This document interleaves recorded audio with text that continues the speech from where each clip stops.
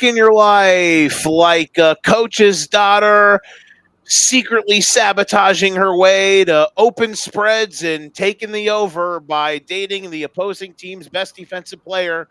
This is the weekend warm-up here on the For Frequency's Sake Podcast Network. It's the Educated Ignorance Podcast, coming back and getting your weekend warm.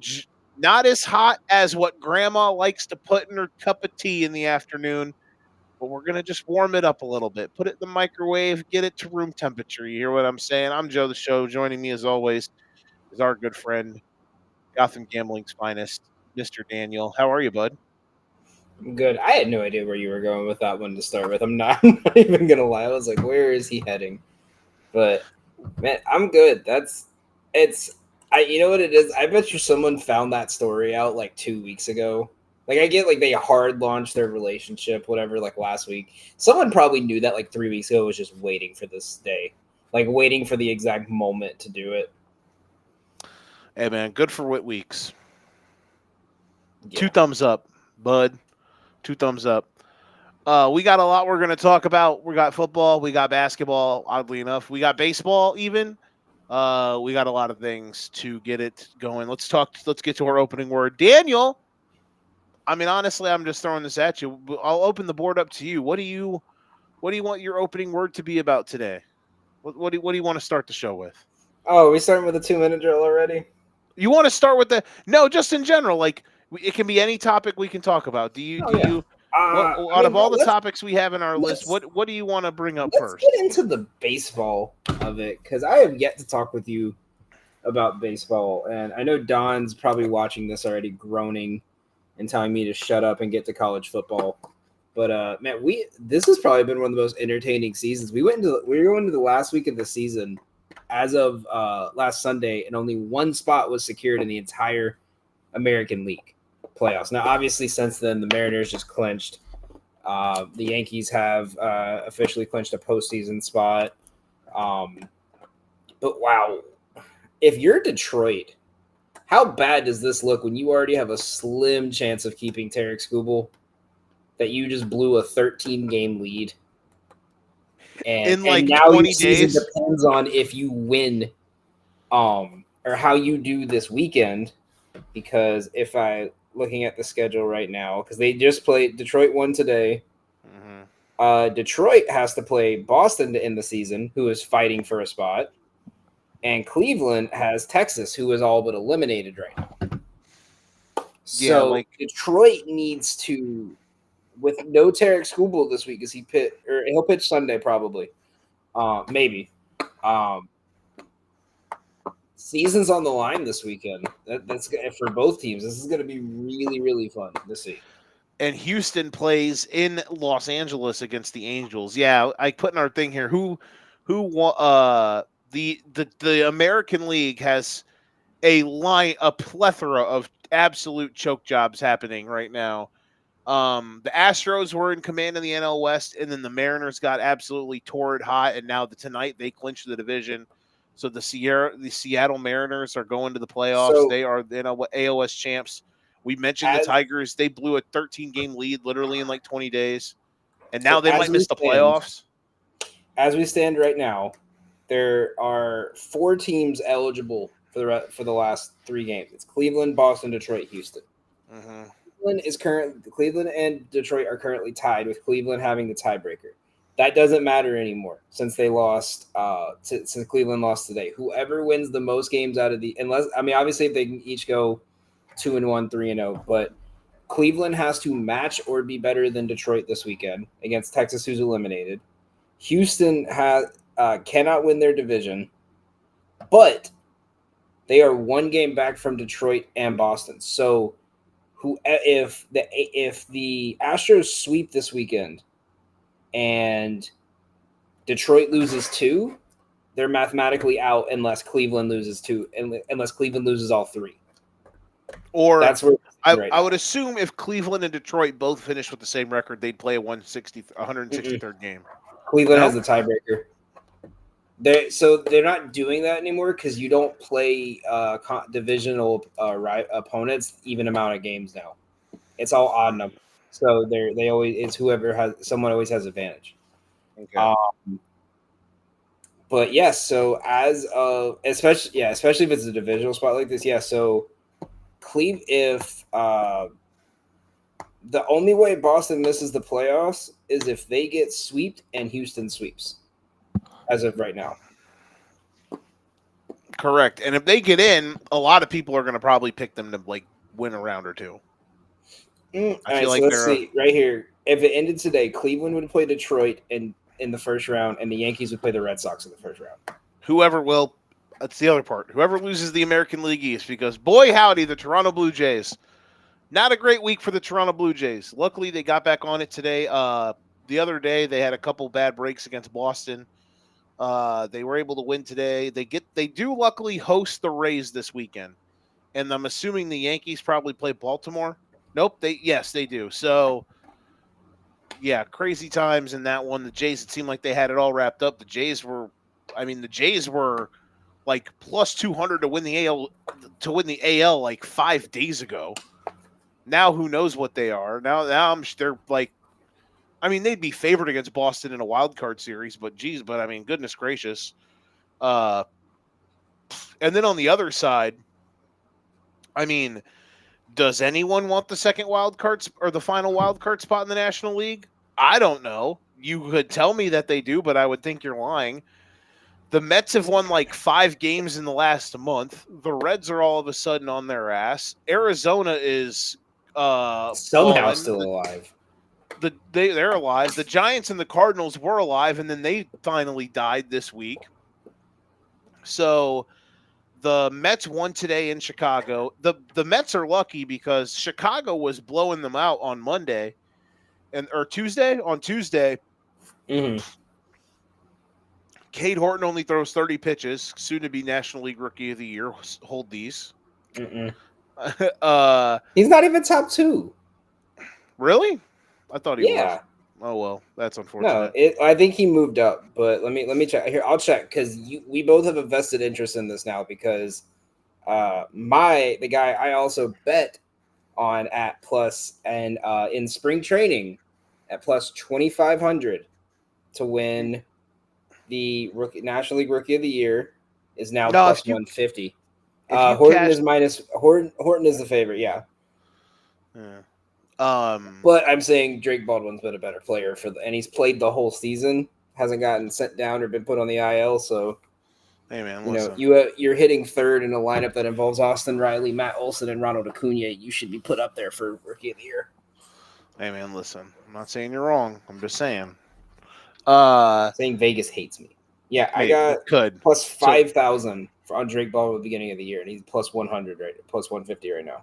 I honestly hope I'll sacrifice Rookie of the Year if that means the Cubs win the wild card. Beat the Padres before we give out any kind of World Series predictions, can I dabble through with you the futures that we're riding on this week?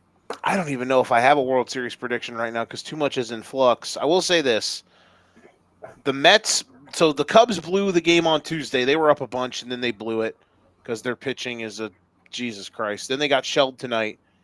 The Mets play the Marlins. The Reds play the Brewers, which is interesting because the Brewers have been put it in park mode for the last couple weeks. And the Diamondbacks played the Padres, who just clinched tonight. But the Padres are also not going to just stop playing because they're only a game behind the Cubs. Or no, they're 2 games behind. Did the Padres lose tonight, actually? They must have lost. They did lose tonight. That's good because now the Cubs only need 1 game to go their way this weekend to clinch and host the wild card round. But regardless, I guess they're 3 back now. The Dodgers did clinch the division, so maybe the Padres will just kind of take it off this weekend. But they play the Diamondbacks, so yeah, the National League wild card situation is dicey, just like the AL. So go ahead, Danny. What are some futures you got riding on this weekend? So this is what we had this season. So we had Baltimore to not make the playoffs at plus 350. Cash that. We had Garrett Crochet 14 plus wins at minus 110. We had that. We had Pete Alonso at 100 RBIs at minus 105 for some reason. Cash that. We had Ketel Marte 25 and a half home runs. He hit number 26 the other day. Cash that. Looking at some of our losses here before we get to the rest of my wins, because I am a human. I had Cardinals under 76.5 wins. They decided to play baseball in the last 2 weeks and ruined that at 78. Yeah, that should have flown. That should have came in with flying colors, and then the Cardinals were just like, let's irrelevantly win games for the last month of the season. Here's where it gets fun, how close I was on some of these. Washington Nationals over 69.5 wins. If they sweep this weekend, they finish at 68.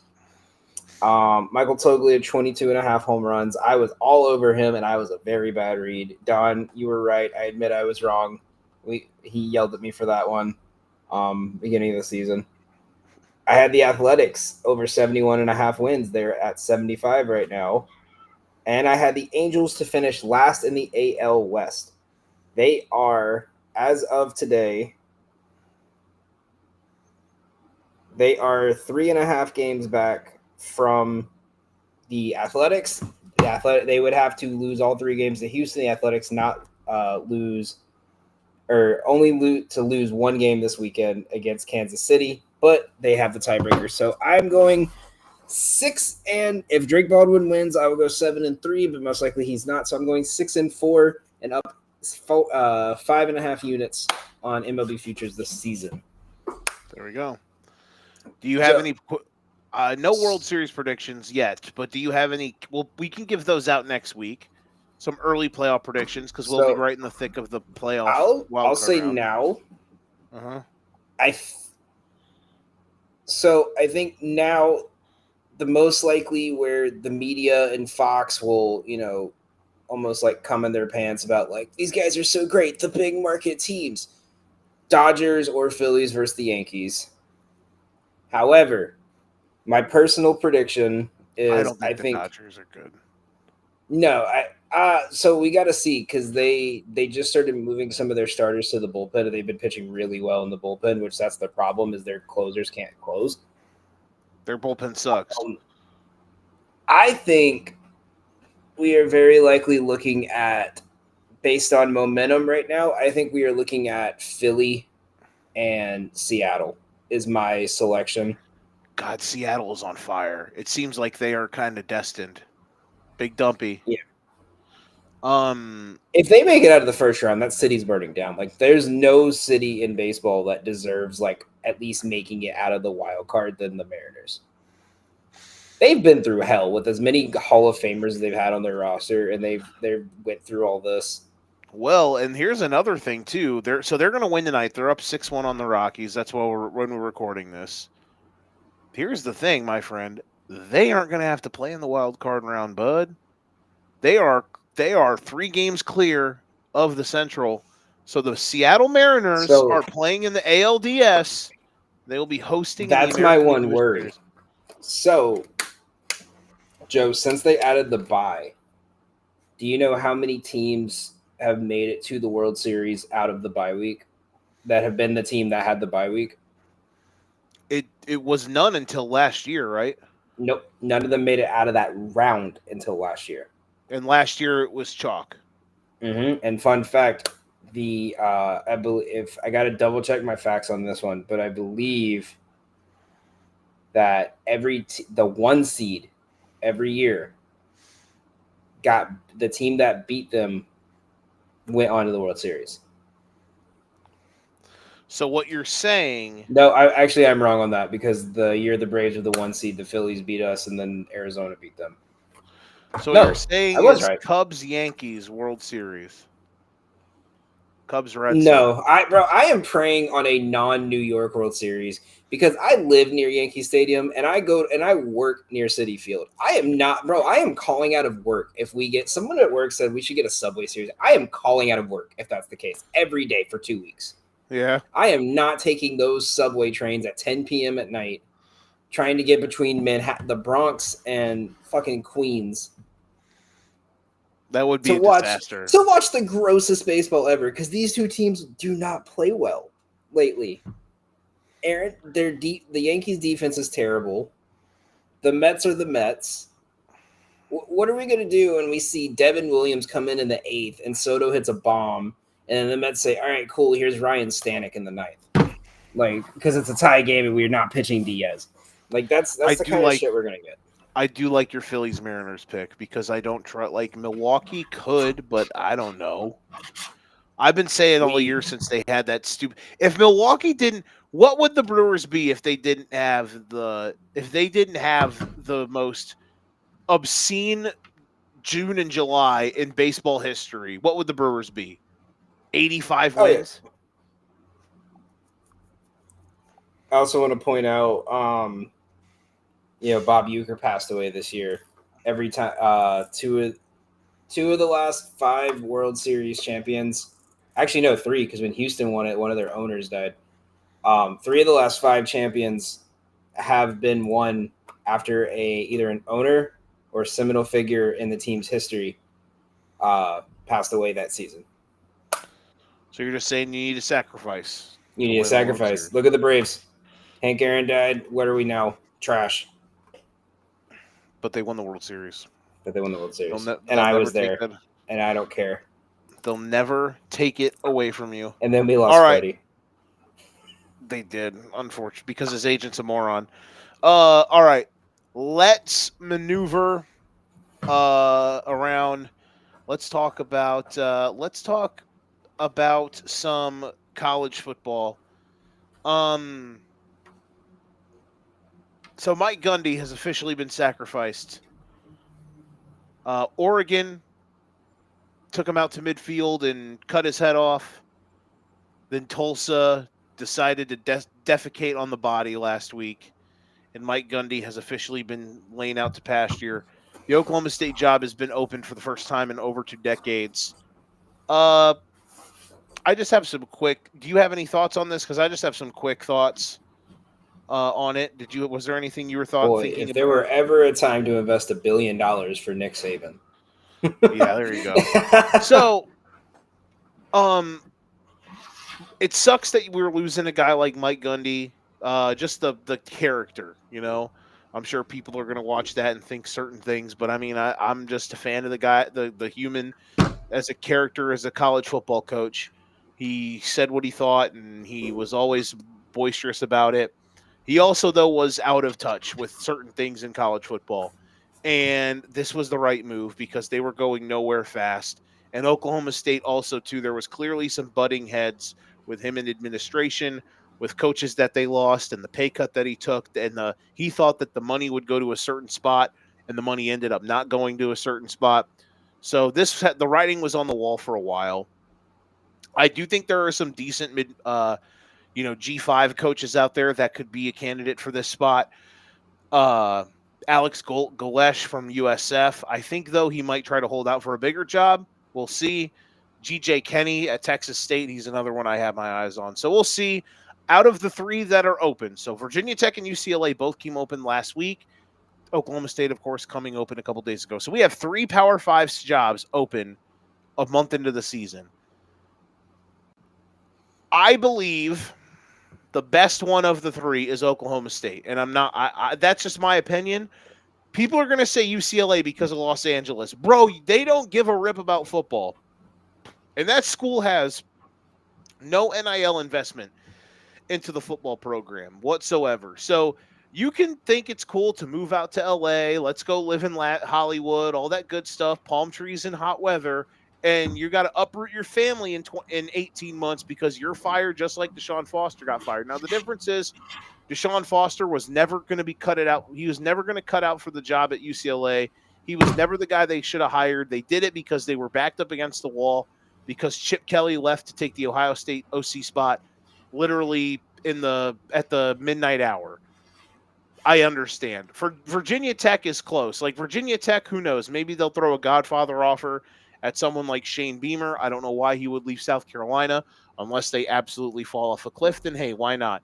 But I don't think that's going to happen. We'll see though.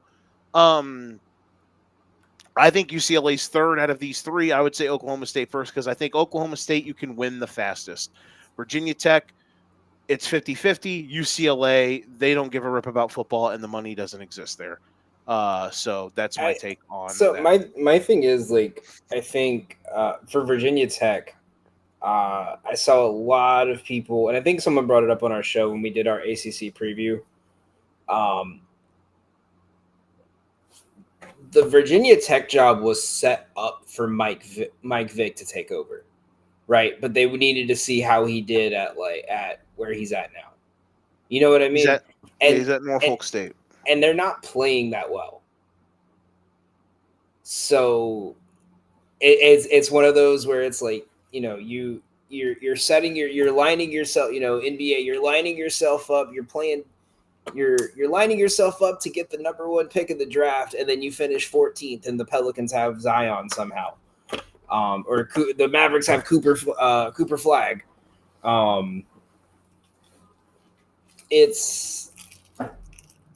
It'll be interesting to see, because I think, yeah, like you said, UCLA, there's nothing there. You're a West Coast team in a Midwest conference, which makes it very hard. Because now you not only do you have to coach your team, you gotta, you know, find a way to. I kind of hot take, because I still got to talk myself fully through it, but I think them moving to, like, all these Pac-12 schools moving to the Big Ten, the SEC, I think that's also what's fucking up their coaches. Not just that, because the teams do suck and their coach is getting fired is like a valid, but you know, you got to prepare your team for a 9 a.m. local time kickoff, like at least 3 weeks out of the season. And you're going to, and 9 times out of 10, unless you're in Oregon or a Washington, you're going to lose that game 9 times out of 10 because your team is not that good to adjust to that. You know, think of it, UCLA's going in 9 a.m. their local time, playing in the Big House. They're going to get torched. So Oklahoma State would be really interesting. But I also think there's a lot more pressure for taking the Oklahoma State job, because you're coming in after a guy who's been there for 20 years and has been the cornerstone of their athletic department. Mm-hmm. And now you got to come in and take that. Yeah, and here's the thing: by the time this is all said and done, I don't think the Oklahoma State job is going to be anywhere near the best job on the books. So, you know, there's some there are a few SEC jobs that are going to be coming open sooner or later. Don't you worry. How fitting, Danny. Last week, I do my 2-minute drill on the Clemson Tigers and Dabo Swinney, and he just decided to make me look like a genius. They went out and got their asses kicked by Syracuse on Saturday. What a disaster. Clemson, rest in peace.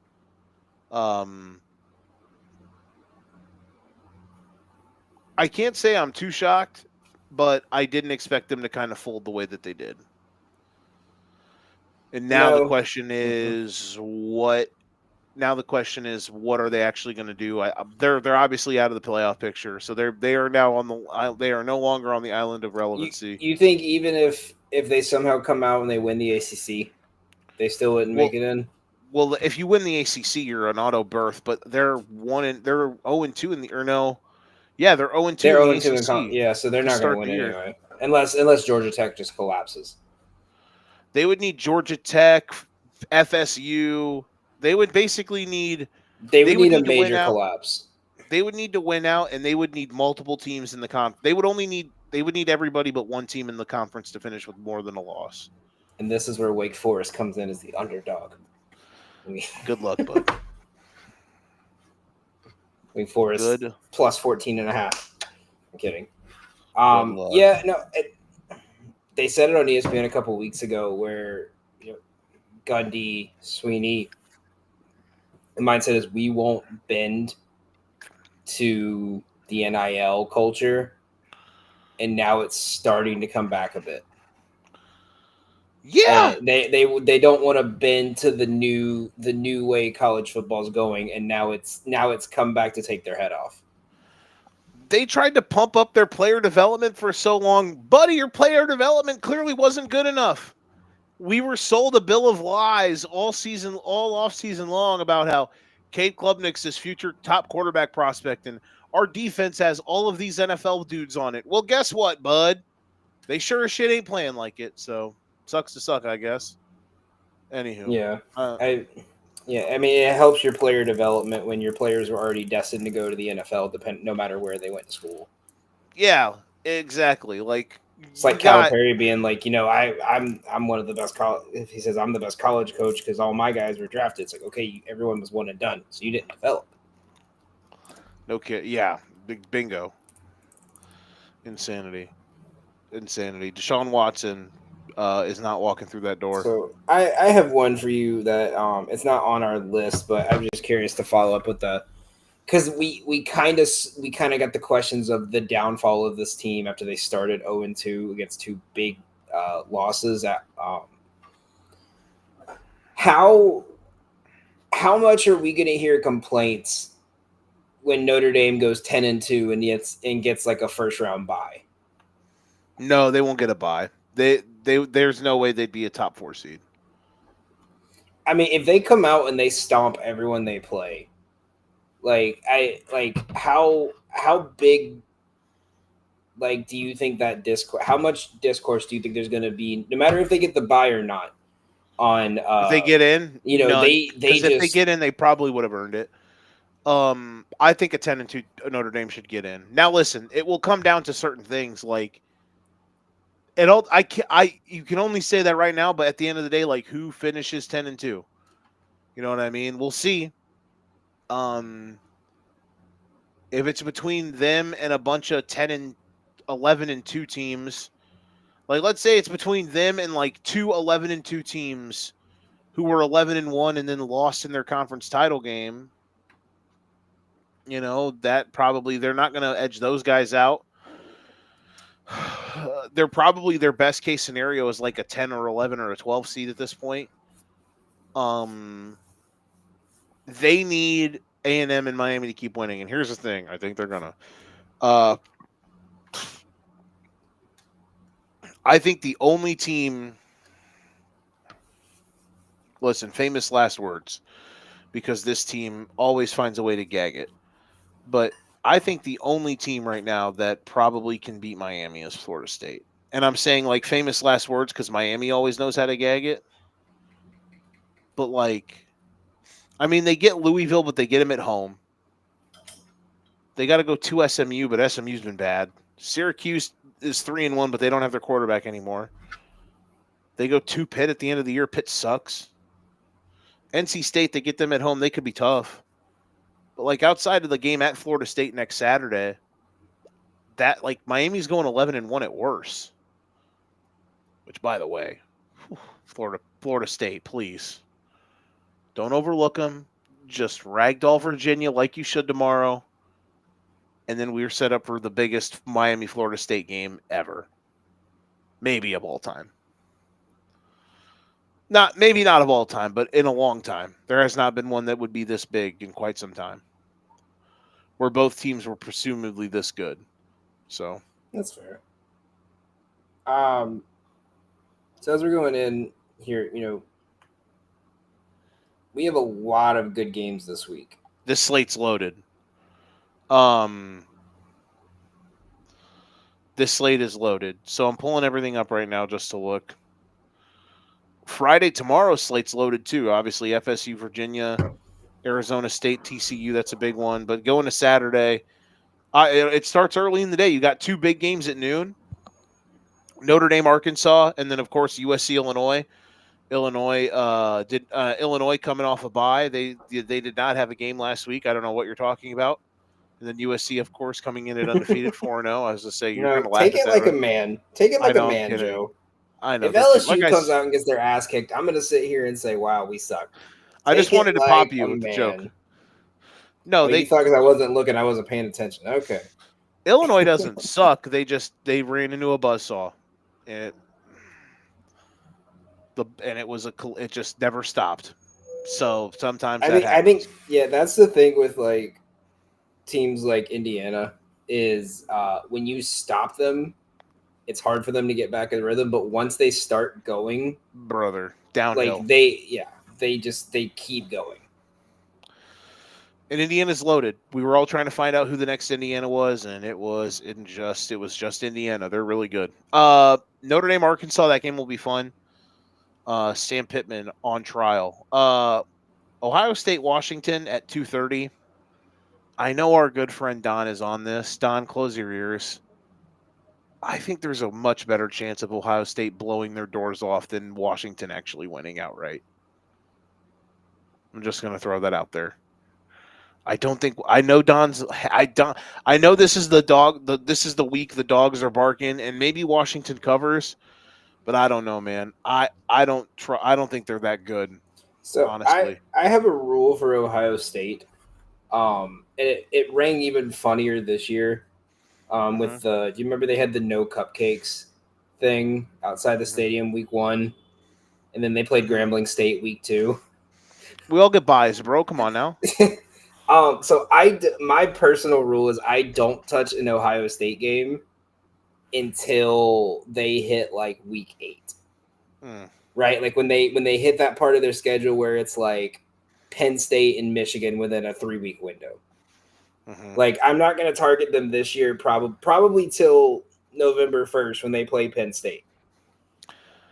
I mean, in their defense, this is a tough game. Minnesota's not awful when they host Minnesota. They got to go to Illinois, but I get what you're saying. But what I'm saying is like last couple of years we saw like a 2-week stretch, at least at one point this season, where it was like, okay, these are who you might have to play in the college football semifinals or the championship game. How are you going to respond? And they don't have that back-to-back window this year. Like, you know, after Illinois, it's Wisconsin. If they don't put up 100 points against Wisconsin, I don't think they were going to put up 100, but if Wisconsin puts up 7 points against them, I think it would be a failure. Because I tried to tell y'all Wisconsin was going to be bad. I didn't think they were going to be good, but I think trying to trot your quarterback out there on one leg just because you're playing his former school and going down 21-0 and thinking, okay, let's still rotate quarterbacks. While this team is blitzing us so hard, neither quarterback can get a read on the ball. It's an incredible coping mechanism for Fickle because at the end, and I can't believe we're talking Wisconsin right now, but at the end of the day, they were going to. It all comes down to Wisconsin, man. They were going to go 4-8 regardless if Billy Edwards ever got hurt or not. Like they're just not good. The difference is like. Their game plan turned from like our defense is good, let's see if we could put some points up to help them, to our defense is good and let's hope we can score. Yeah. Next game, LSU Ole Miss. That should be a doozy. Shout out to Trinidad. I don't have a read on this, man. I was really gung-ho about thinking Ole Miss was going to win this week. And then in the last like 24 hours, I've kind of completely U-turned and just been like, I'm frozen. I don't know. You could tell me a million different outcomes in this game. I'm just going to be excited to watch it. I'll put on screen how I feel about this game. Okay. Give me the Tigers. Go Tigers. Fuck everything. LSU, baby. I wish I still had my like fucking shirt that I've for some reason have somehow still held on to since like 2010 with like the LSU national championship game and they won by like 42-10. And like I had the shirt since I was in like 3rd grade and somehow I still try to keep thinking I could wear it. I wouldn't listen. I don't need them to go out. Like, wouldn't it be nice if they just won by 10 and we were all like, oh, okay, that's the team that we all think can win the Natty. Because right now, I don't know, man. I'm not sure. Now listen, Nuss might just be. It might be an entire year of will he, won't he with Garrett Nussmeier's health. And their offensive line, next question. Yeah, not good. But hey, if they came out, got up 2 scores, and then just held Ole Miss at arm's length for 2 hours, that'd be cool. I'd be like, that's way to restore my faith. Next up, Texas A&M and Auburn. What a slate. Jesus Christ. The hits keep coming. I'm debating on calling out of work Saturday. Just so I could like I had this marked in my calendar and then I got picked to work this Saturday. Like this might be a 24-hour flu day. Yeah. Auburn. I'm going to be 100% honest. Auburn got screwed last week. First drive of the game, Oklahoma's driving. They fumble. Auburn scoops it and scores it. But they called him down. He was never even close to being down. And then Oklahoma scores in the first half on what should have been deemed an illegal play. They had the wide receiver for Oklahoma go to the sideline and just stand there until the ball was snapped. Did you see this? Yeah, I did, but I mean, it should have been apparently by the rules now that's illegal. And it should have been flagged, but the SEC didn't. But they didn't throw the flag. And then on Sunday, the SEC was like, "Oh yeah, we screwed that one up." Nerds, fucking dorks. So yeah, Auburn got legitimately screwed. Yeah, but I don't want to argue against you because I had Oklahoma on that. So like, I mean, I was incredible happy about cover, a true all timer, honestly. Indiana, Iowa could be good, but honestly, if Indiana doesn't win by 1,000, I would be kind of shocked. Tennessee, Mississippi State. I don't know what to make of that game because if you're Tennessee, how do you come back from that Georgia game? Like in your first like real test after that game. Head down, keep grinding. I agree with you though. Very tough. Iowa State only 5.5 point favorite at home against Arizona. See, all right, those are the schools I never know how to read them in football because all I think is basketball schools. Arizona's not that good. Why are they? I mean, I know they're undefeated, but okay. Now we get into the real chunk of the night. Alabama, Georgia. We talked about Alabama and Georgia the other night, or on the Golden Ticket Show. I just think Alabama's got to prove it to me before I truly think that they can win a game like this. I think it's that, and I think that Georgia and Kirby Smart are more built for any situation versus DeBoer is built for situations that benefit him. You know what I mean? Like if their offense is running good and then it turns into an offensive shootout, he can do it. But like if it turns into an offensive shootout and his offense starts to struggle, I think it's gonna really fuck them up. So you're saying you don't think Alabama could win a 13-10 game? No. Like these two defenses have really like Georgia's defense really disappointed me this year. It's not like what we've seen from them in the past, but I just think also when you go into games like this that mean more than just like it's a football game, because whether or not these teams go anywhere deep in the playoffs or whatever,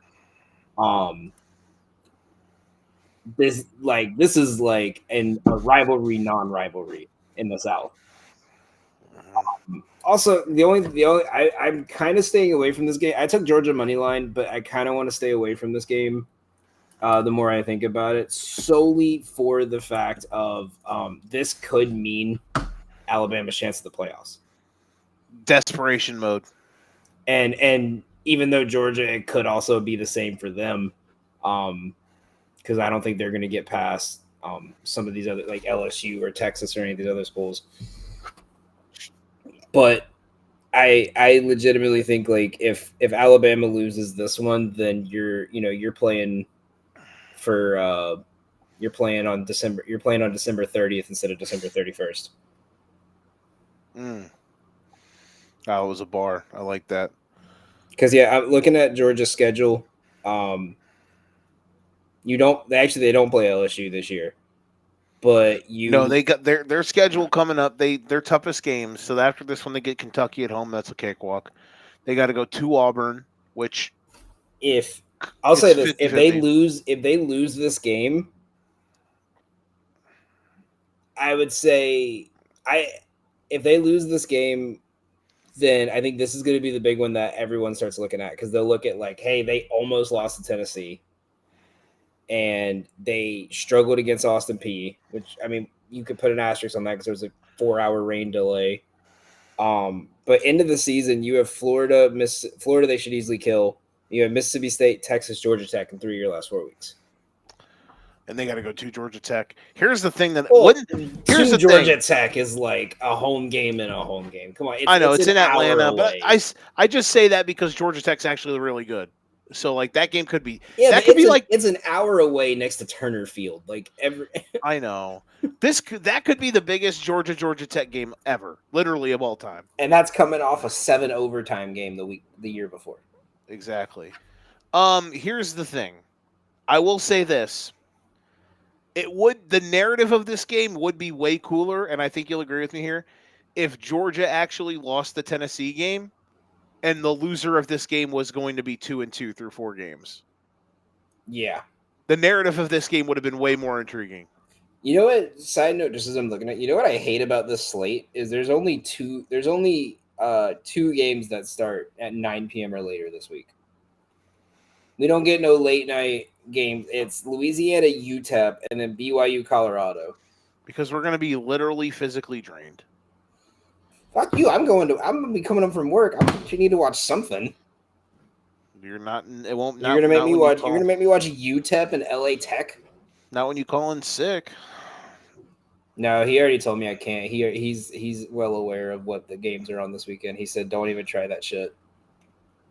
I will say, So last Lydia week was deadly sick on Saturday, man. I'm telling you. Yeah, I will say last week was juice because after the games, there was the late night slate was pretty good last week because you had Baylor, Arizona State going into 9, and then the super late slate you had Cal, San Diego State, which even though my guy Segapuatele got lit up, we poured one out for him, and then USC, Michigan State. So the late slate last week was pretty good. And then, of course, maybe the best game of the day we haven't even talked about yet, Oregon, Penn State. Everybody on the Golden Ticket Show picked Penn State except for me. So I thought that was fun. I just think no matter how badly they play, Penn State always somehow comes out of these games. I think Penn State is more built for a dogfight than Oregon is, especially at home. I do like that first half under because I legitimately think I think Penn State's going to play them like they tried to play Ohio State last year. You remember where it was we're just going to try to grind your defense down with these little 2-yard. Maybe Drew Aller will run the ball or maybe he'll throw a screen pass, that shit pisses me off so much when he does that. I haven't watched him enough to see if he does that this year, but I knew they lost the game when their second drive was solely him pretending to do a QB sweep and waiting for them to run to him and then throw a 3-yard pass. And then when they realized if we stand at the line of scrimmage, he's just going to run out of bounds or throw it out of bounds. And they couldn't play anymore. The Drew Aller propaganda is disaster. Is disastrous. I'm picking Oregon in this game because Penn State prove it to me. Prove to me that you can win a big game like this. Yeah, absolutely. All right. Let's do a quick fun topic. You put in here that you wanted to rank some playoff sports. So tee us up for this one. All right. So we always argue over which is better on everything. All of us on the shows do. So I thought it'd be fun if in the middle segment here we could do we pick a topic and we got to rank the top 4 or top 5, right? So the topic I picked this week to start us with is ranking the Big 4 sports playoffs. And I didn't have it on here, but I thought it'd be fun. A 5th honorable mention would have made the list if it was one of these, if it was included with the Big 4 sports, our 5th best one. That's not a Big 4 sport, if that makes sense. Okay, and that's the honorable mention no matter what? Yeah, the honorable mention, yeah. So you can start with the honorable mention or you can go out. So let's start with number 4. What is number 4 on that list for you? So NBA, NHL, MLB, NFL. I can't believe I'm going to say this, but I think the NFL playoffs are the 4th out of those 4. For me. Because now I'll get into why the other ones are better in a sense, but just from a watching experience, I just think it's a toss-up if the game's going to be great. Listen, when the NFL playoffs are amazing, they're amazing, but when we're talking about ranking them, I just think they're the 4th best out of these 4. And I love football, but I'm gonna actually put, based on, even though it's weird to say this because my team won it this year, but I'm gonna put NBA as the 4th best. And this is what my reasoning is this isn't the NBA playoffs from you remember 10 years ago when it's almost every game one was a buzzer beater. right? And then game 2, game 3 was like they slowly catered off. Like this is either you get the greatest game you've ever seen or a 40-point blowout. That's fair. Think about it. Think how many games in the like obviously this year was a lot better because Indiana just did not quit ever. But think about how many games if you take out Indiana, right? How many games this year in the playoffs did you see a team win by 30? There were a lot of blowouts, but I understand that. I understand that. That's a fair take. Yeah. Number 3. It's between two teams. Like there's a no doubter for number 1. I think I know your number 1, and mine is is different. I'm gonna put baseball on here as number 3. You're sick in the head. It's so close. You are sick in the head. We're splitting hairs. Because when it's awesome, it's untouchable. It's literally untouchable. Every pitch matters. Every moment matters. I have a feeling I know where you're going to put it, so I'll let you guess it up more than I am. But my list is probably a little surprising to you, because I don't blame you for having this where right. I know you have it, because I think it's so close for me between these top 3. Does that mean there's a gap between the NFL at 4? Maybe a little bit, but I don't know. Number 3 for me. Oh, sorry. Go ahead. Finish your thought. No, it's go. I'll let you, from watching again. It's all and it's every the thing that these 3 have on it is like it's an every night thing, and it's a Tuesday and you're sitting there, you're locked in, like holy shit, it's so stressful. You're living on every moment, but yeah, I think. I shouldn't have it 3. I probably should have it 2 over the one I have it 2, but it's 3. It's 3 for me by inches. So 3 for me is the NFL. Okay. Because there are good games. Oh yeah. And the difference is this, and this is why I didn't be at 4, because if you're losing by 25 in an NBA game, you get into the fourth quarter, you can say, you know what, let's rest our players. Let's go and we'll reset for game 2, right? You cannot do that in the NFL playoffs. Now, every year, do we deal with the same shit of a certain team getting a call? Yes. Like I said to you before, I can't wait till the 16-1 Bills get beat by the 9-8 Chiefs thanks to a virtual referee decision on marking. But I think the reason why I have it there is I think we've entered. I think the right way to say this. There's a cycle when it comes to the AFC, in my opinion, and it's kind of the NFC, but it's more the AFC right now, where there's 3 quarterbacks that one of them has to lose in the second round, right? And it's a cycle because remember it was Brady, Manning, Big Ben, right? And then when Big Ben started slowing down, it was like Brady, Manning, and I guess you could say Flacco.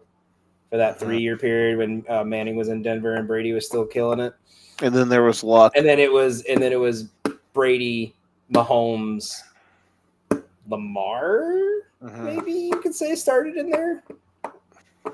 But there's now it's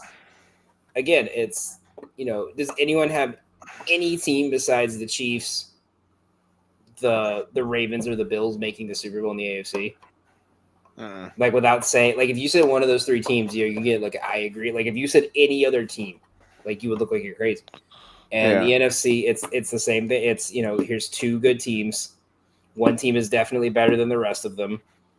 Here we go. So it's kind of like I'm going to enjoy a first round matchup of 2 scrappy teams who are just waiting to play those teams that everyone thinks is going to win. And you get fun games. You get the Jaguars coming back from 30. You get the Texans doing whatever they've done the last 2 years. You get Joe Flacco leading the Browns to a damn playoff win. You get Saquon running for 100 in the snow. You can't match that in any other sport, right? But I have it at 3 because there's factors into it, but there's also the factors of there's the championship teams, and then there's everyone else in the playoffs. You get Mark Andrews 13 threes and why? Sorry. Yeah.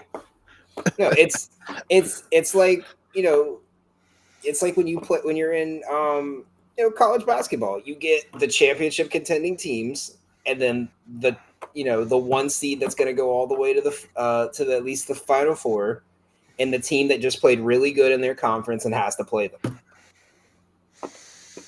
I love the NFL too. But you make a valid point, and so number two for me. Number two for me is the NBA. I think it might be a little biased because the last 2 years, mostly, and then partially the year before that as well, there have just been so many good games, and it's the thing about this one and number one is literally every night in the first 2 rounds, it's every and even I guess all the rounds really, it's every night you are on your couch and you are dialed in. Sometimes it's multiple TVs, sometimes it's multiple boxes on a TV. You are dialed in to all of these games, and sometimes yes, there are blowouts, but when they're not, these games are dramatic. These games are you are like squeezing your partner to your left or right, like holy shit. Tyrese Maxey just hit a 40-footer against the Knicks in Game 5 to send it to OT. Like it's just crazy stuff, man. And like, sorry, they did lose in Game 6. I just you get but Mikal Bridges making the two most insane defensive plays in back-to-back games. Against the Celtics. Yeah, like how often do you see two game-winning blocks by the same player on two different star players in back-to-back games? Yeah, you have the Knicks against the Celtics last year, where both of those first two games, like the worst part about the NBA has been like we cannot avoid these dudes, like these star players, getting hurt, and that's been the only downfall. Is that last year Tatum in this conference semis blowing his Achilles out, and then Tyrese Halliburton in Game 7. It was just it sucked because that was the most entertaining NBA playoffs I can like from start to finish. And a lot of it had to do with Indiana, yes, but all the teams, like the Celtics Knicks series was incredible. Every series Indiana was in was awesome. Um, the Thunder Nuggets series was fantastic. The Nuggets Clippers series was fantastic.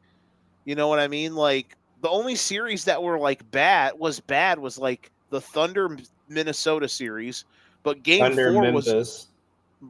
But even in that series, you had like Oklahoma City coming back from like 30 in Game 3. And they won by 50 in Game 1. Yeah, I know, but I'm just saying, like there's moments in all these series, like it just had a lot of fun, and but Game 7 obviously broke my heart, and not just because Oklahoma City won, because I was fine with that, but the way with the Halliburton injury, so. I'm gonna do the Dom and rip my shirt off, just like. Ugh. That was the worst part about that one. But go ahead, number 2. I knew we were gonna win that series. I hated that we won it that way. My number 2 is the NHL, and this is coming from someone who doesn't really watch the NHL. I bet on it, watch it occasionally. Lydia does not let me have it on in the house, so I don't watch it because she's scared she's gonna witness someone die. Oh, because the first game I ever showed her, Evander Kane got his wrist skated over and they sliced his wrist open. And ever since then, she's afraid to watch hockey with me. Because hockey's that one sport where you could tie the game up with 6 seconds left and they could win the game with 3 seconds left. Like I know it's probably the same reason you have it at number 1. It's every moment is intense. You have guys skating on torn ACLs just to win Game 2 of a 7-game series. Like everything about it's intense. These guys, the amount of pain they have to go through to get through a season and to get through to where they get to is it's so intense. It's so fun. I've never seen like a Stanley Cup final game that didn't just always look fun to watch, even when teams get blown out. Let's go ahead. Let's do our honorable mention before we do number 1. I think we already know the number 1s. So do you want to do that or do you want to do honorable mention first? We'll do honorable mention first. Mine is the Masters. Ooh. obviously the easiest one about it is Masters Sunday. Like you're dialed in, but like I dial into the whole. I love golf, so like I'm usually dialed into all of the tournaments.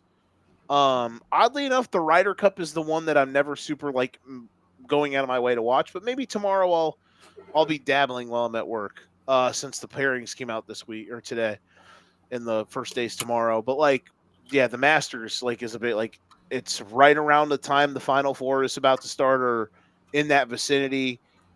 You So know, it's funny. This year was the most like 'cause I don't really follow golf as much as you guys do, but that was the most I've ever been excited for the Masters because me and Cal had just got like we had did the ESPN promo where like you get a bunch of money like the bonus bets if you and we both correct picked Florida, and so they gave it to you in $100 increments, and he said, "Hey, $100 on Rory and Scotty both top 10, $100 on Rory to win straight up." And I paid for this apartment with that Rory win. It was like a hundred to win like a couple grand, I think. Like that right, those two right there got me got me into golf.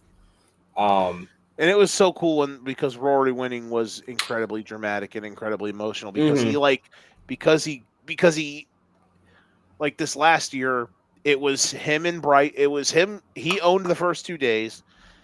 And then Saturday, Bryson makes this insane run to where it's Rory and Bryson like neck and neck. And then Bryson absolutely sucks, just absolutely sucks. And he's out of it by like the fifth hole. But then Rory's got this crazy lead. He like doubles the 12th or something like that. And then all of a sudden, It was like destiny for him to win that. The amount of times he double bogeyed and then and bounced he back with kept like an blowing it and he eagle the kept next bouncing back. It hole. was crazy. Yeah. Yeah. So So the Masters is mine my honorable mention. is the World Cup. That's right there too, bro. The It's world I tried to find international it. soccer So never misses. I'll level it down and I'll go Champions League because World Cup's every 4 years, so it's not as fair because everyone tunes in. Champions League is so fun to watch, especially in the beginning rounds, because it's almost the same as the World Cup. You see some of these clubs where winning in the Champions League does not matter. Right? There's clubs who, there's a club this year. This is the first time they've made it in their 60-year history, right? And they got torched. When I mean torched, they were down like 2-0 in the first 15 minutes, right? They're at home. They're getting their butt kicked, but they score a goal in the 80th minute, and you could have sworn they won the whole cup by the way the fans acted. Right? The Champions League is what puts money in some of these smaller teams that make it in. The Champions League it's so fun to watch because now it's not just a tournament. It's you have to balance a team of not only trying to qualify for next year's and win in your domestic leagues, but in the middle of the season, you're also having to try to prove you're the best team in Europe. Like this is like if they took a week off every 3 weeks in the NBA to say, okay, you guys are going to go play in the FIBA World Cup, and everyone from Team USA can make it. Or like, hey, the best two teams the two championship teams from the NBA go to Europe and play all the best European teams in the middle of the season. Like that's like, do you know how hard that is? And some of these teams just dominate. So that's mine. Going into my number one, because I think we spent a little bit too much time on this. As we're about to hit an hour. It's MLB, man. It's got to be. Every game matters more than the others in that have 3, 5, 7 game series because of this. Because let's say your best pitcher comes in, you lose that game. It's not like, Shea drops 50 and the Thunder lose. Okay, you could reset next game. You're the Tigers. Tarek Skubal pitches a gem, but you lose the game. You're not getting Tarek Skubal for 3 more days at minimum. Mm-hmm.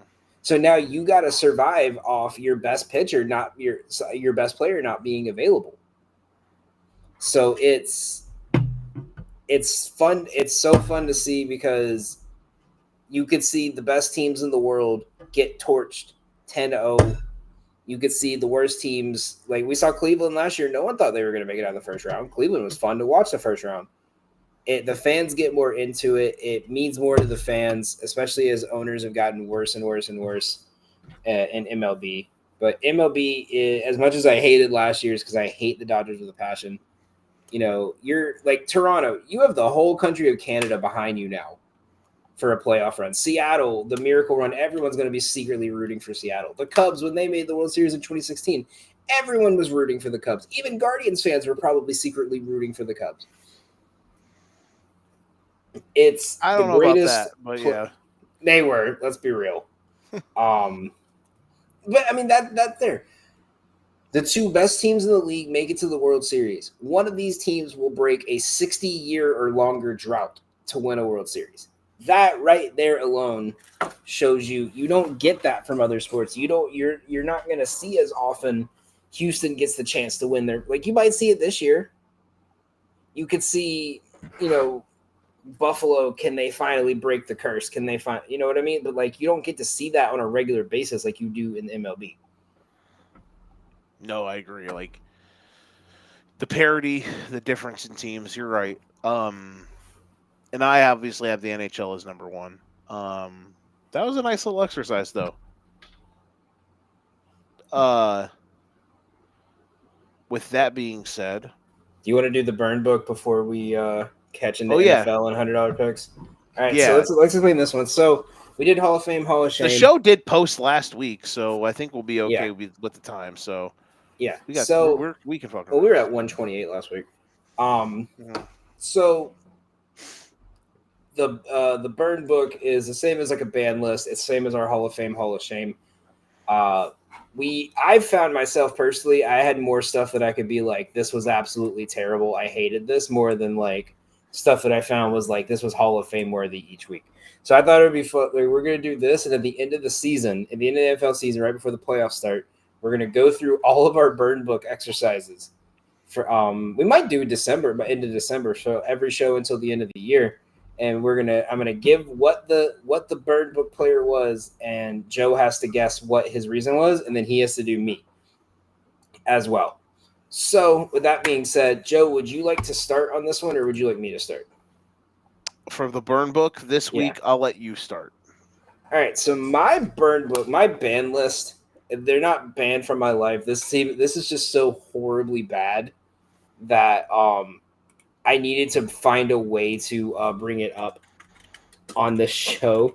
So we are talking Rio Grande football, Division 2 football here. Do you know what I'm talking about, Joe? No, but like I couldn't believe this is where you're going. Like you kind of teased it to me, but go for it. Let it fly. I'm going to start by this. So, every college, they always have to put out an article showing their games, right? Sometimes when teams get beat bad, they got to put like this was their headline. NCAA Division II powerhouse rolls past the Red Storm this week. So you would think, 30-point, 40-point game by the sound of it, correct? Mm-hmm. The score was 76-0. Do you want to know the funnier fact? They covered the spread.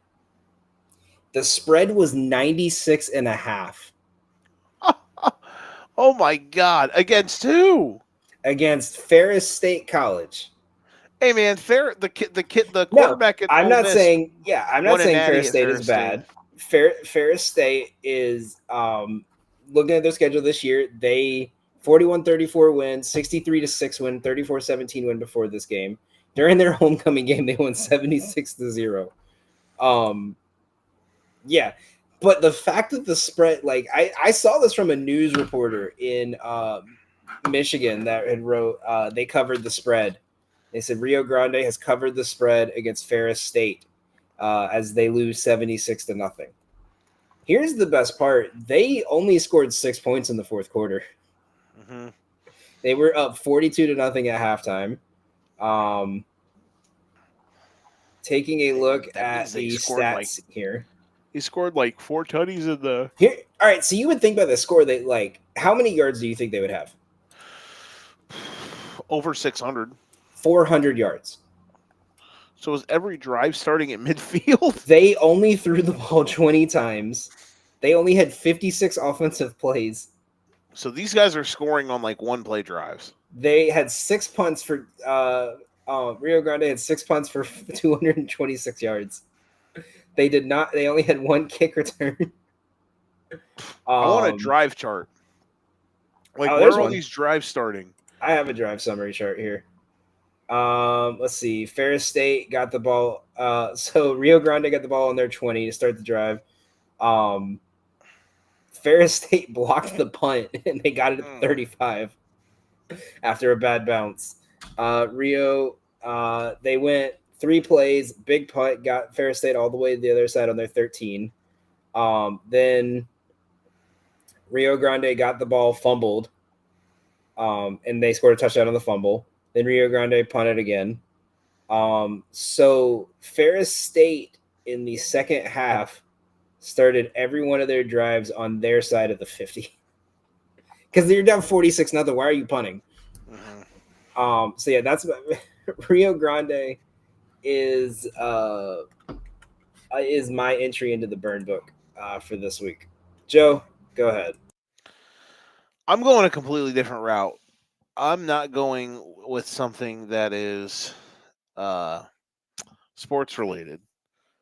I am burning fall weddings and fall major family get-togethers. Listen, I just think if you plan a wedding for October, you're probably selfish in some way, shape, or form. Or you just don't have many exciting things going on in your life.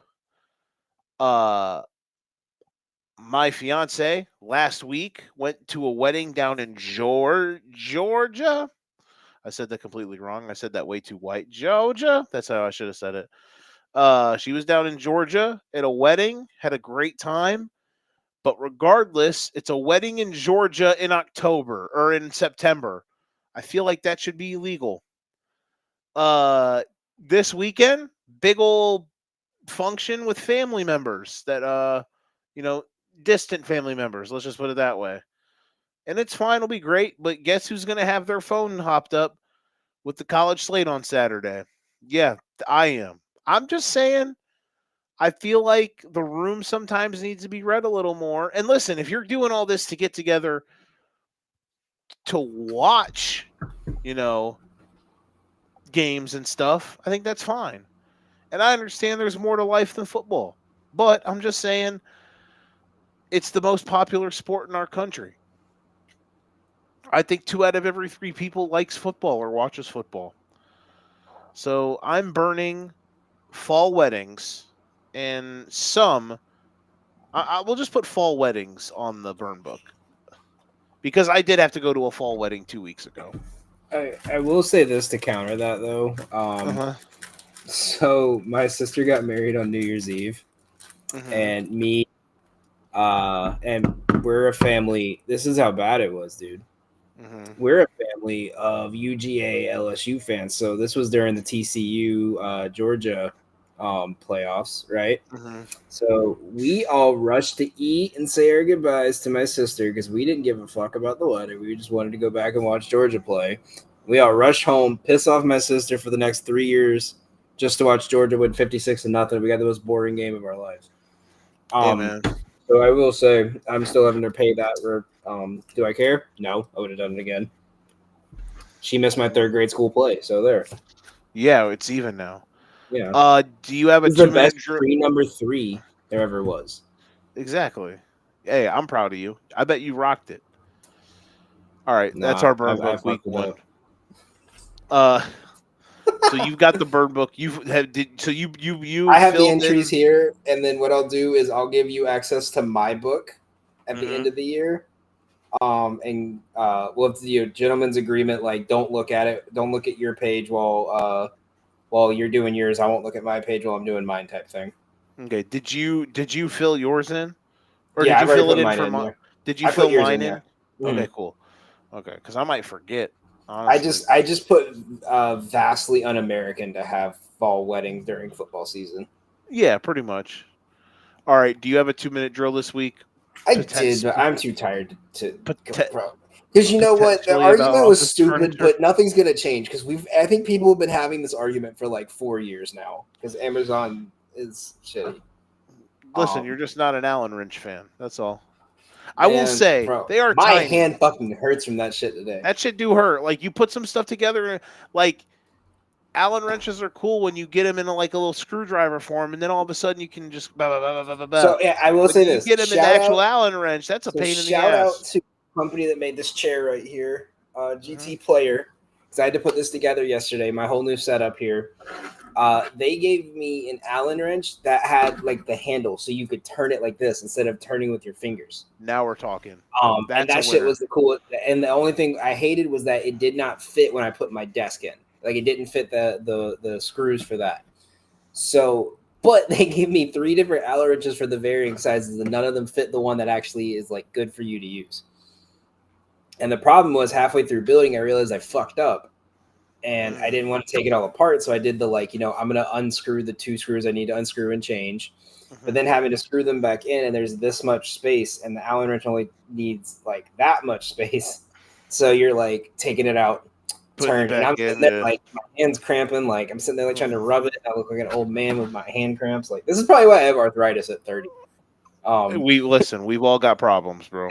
Gaming and being single. That's what caused arthritis at 30. Good one. All right, so let's enough of that perverted talk. Let's get into NFL. Are you buying the Colts at 3-0 right now?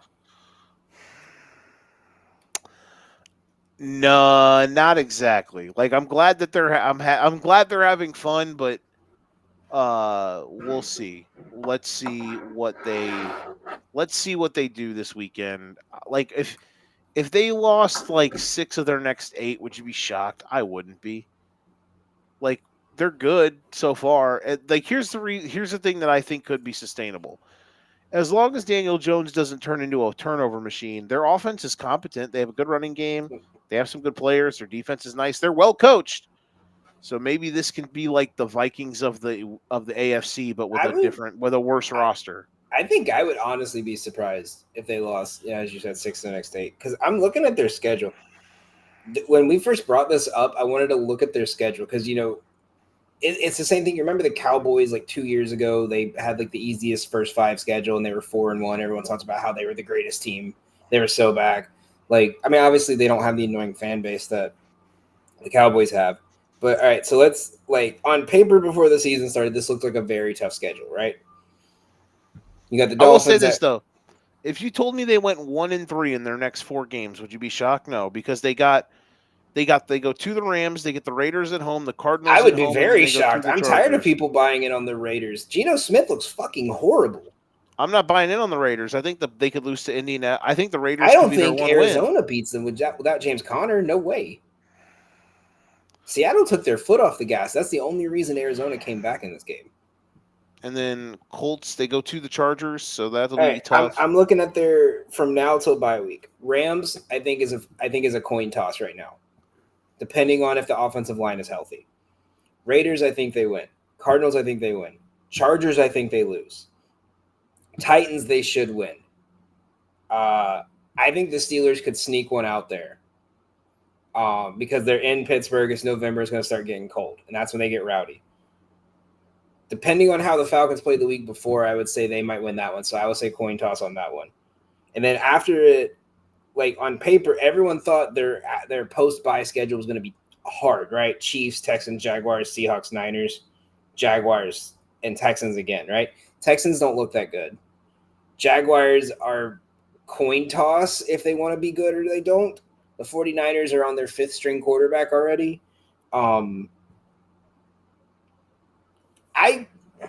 If you said I came from the future, the Colts went 10-7 this season. Right now I would say, okay, like I think unless CJ Stroud really and Trevor Lawrence really turn it on to end the season, I think they got to win the division. I mean, I could be, people could say I'm a homer. I'm overreacting to 3-0 against bad teams but coming back against the Broncos was really impressive. My thing is they play 5 of their 6 division games in the between, or 4 of their 6 division games, between November 30th and January 4th.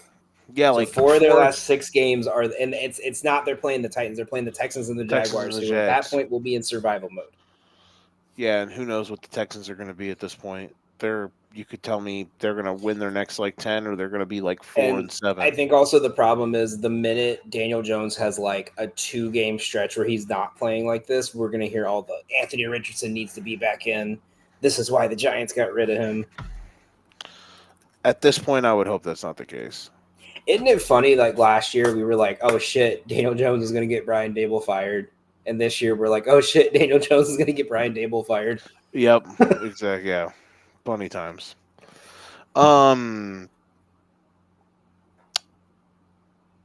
Last topic that I've got, unless you have another NFL topic before the $100 picks. Who needs it more, Chiefs or Ravens?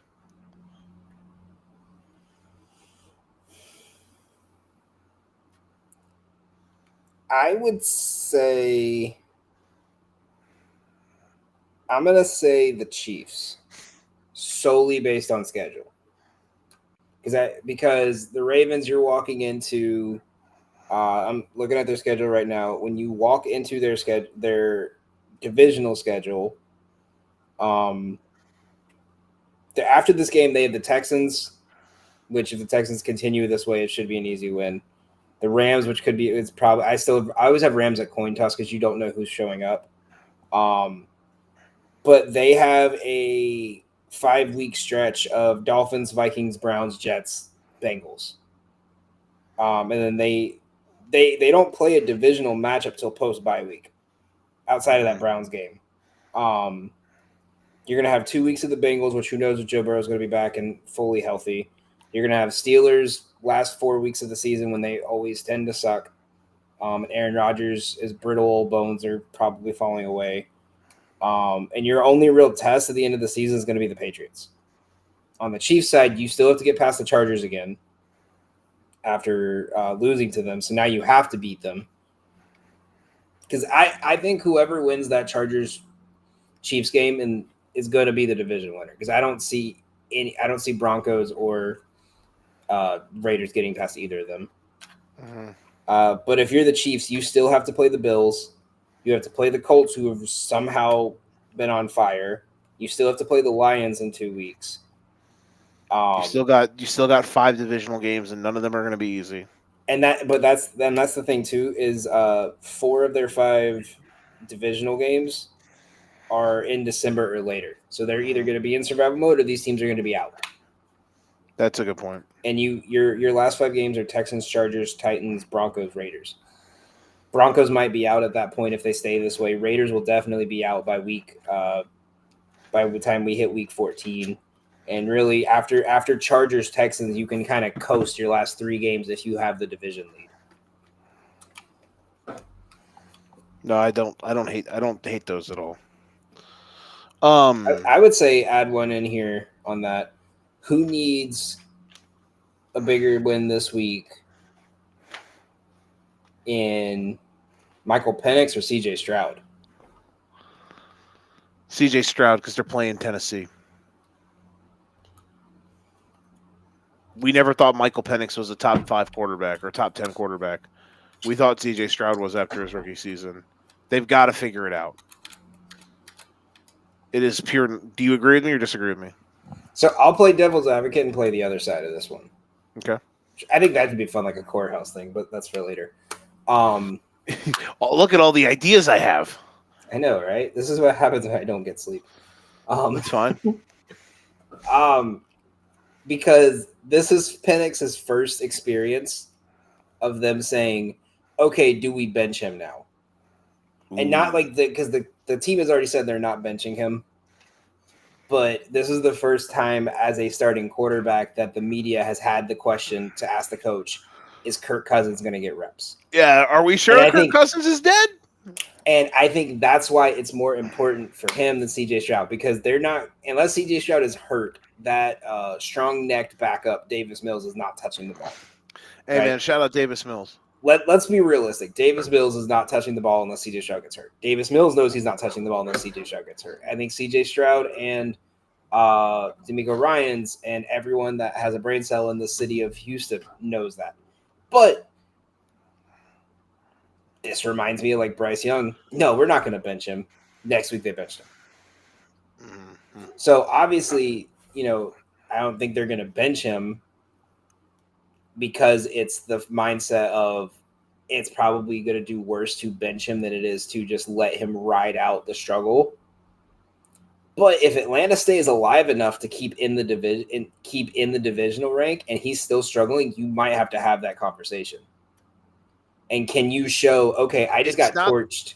It's not the worst take. It's not the worst take at all. You and I have definitely both had worse takes. I don't think they would do it. How many wins did you say the Bears were going to have again? I'm joking. I had to say it. Hey, man, I said they'd probably go 9-8, 8-9. But if they went, I had to get one in on you. I haven't made a Bears joke all day. Listen, man. If they win, hey, listen. If they win Sunday, 2-2 at the bye after everything that happened to start the season, would you hate me for acting like the world was saved? Yes, 100%. Because goddamn it would. You beat the Raiders and the Cowboys. Calm down. You play who's in front of you, bro. It's like Ohio State fans beating Grambling and thinking they're the greats. I mean, listen, no. They also can I put bring Texas up, in a Can I bring up a fun stat for you? That's like one of those advanced nerd stats that everyone groans at me for. Go for it. So you remember last year I brought up luck rankings a lot, right? That we did. So you remember what luck rankings are? Yeah, more or less. Where it's like if a team won a game and they had like a 10% win probability going into the fourth, like teams that win a game on blocked field goals, teams that win games on last minute drives. This is the first time we've ever seen the two luckiest teams in the NFL play each other and the spread was less than 4. Can you guess the teams? It should be easy. It's not Bears Raiders, is it? There's no way. It's not. Okay. The two luckiest teams that ever. Spreads less than 4. I'll give you one more. Think of the team that had a very chaotic last two teams that had a very chaotic last 2 minutes of their fourth quarter. This clears. It's the Bucs and the Eagles. It is. They are the two luckiest teams according to rankings, a whole season wide. So they think if you only win games by close margin, you're lucky. It's not that. It's those like, it's. Think of the plays where it's like we have a 10% win probability, and then a minute later we have a 99% win probability. That's like fair. The games where it's like the luck rankings for quarterbacks, like he threw 2 interceptions, but it's because his receiver bobbled a ball, or because it was the last play of the game and he had to chuck it full length of the field, right? Like it's the stats that count against you, but it's not supposed to count against you, if that makes sense. That's fair. Oddly enough, like if a player is like an NBA player is like 1 for 3 from 3-point range, but 2 of his 3-pointers were half court heaves at the buzzer, you would say, all right, but he made his 1-3. Oddly enough, that game is not going to be featured in $100 picks. But if you told me the Bucs won, or if you told me here's the problem. I'm worried this is the week the Bucs could get blown out. Not because I think they're this lucky team. Like what they've done is impressive. They're dealing with injuries, and they're finding these ways to win. But if you told me this was the week that the injuries caught up to him and Philadelphia housed him, I wouldn't be shocked. But also, I don't know if Philadelphia has the capability of doing that. So we'll see. Fascinating. That's fair. That's a good take. I would agree with that take. Which will this is the week the injuries catch up to Tampa Bay. I think that, but I also think like we saw this from Tampa Bay last year, right? Like they had like 2 or 3 lucky wins to start the year. Like look back at how they started their season. They beat Washington. Mm-hmm. They somehow and then they had a very lucky game where they pulled out that win against Detroit, right? And then what happened? They got fucking torched. Now, however, last year in week 4, they played Philadelphia and beat the they fuck played out Philadelphia. of them. They beat the brakes off of them and beat them by 17. Tampa Bay is one of the few teams in the NFC that lines up across from Philadelphia, and they're like, we're better than them. If you remember, Philly had a very lucky start to last year.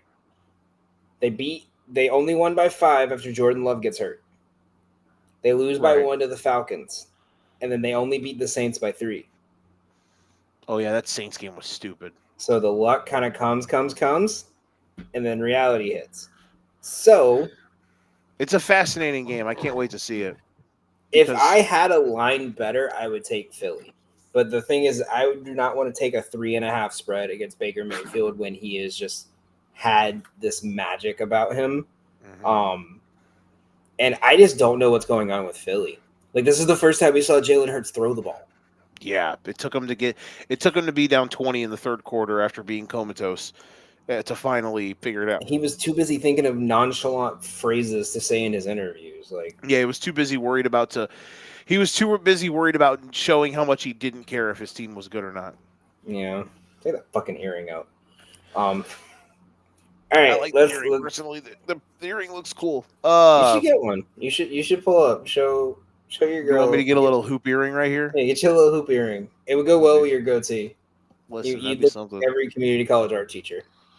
Yeah, there we go.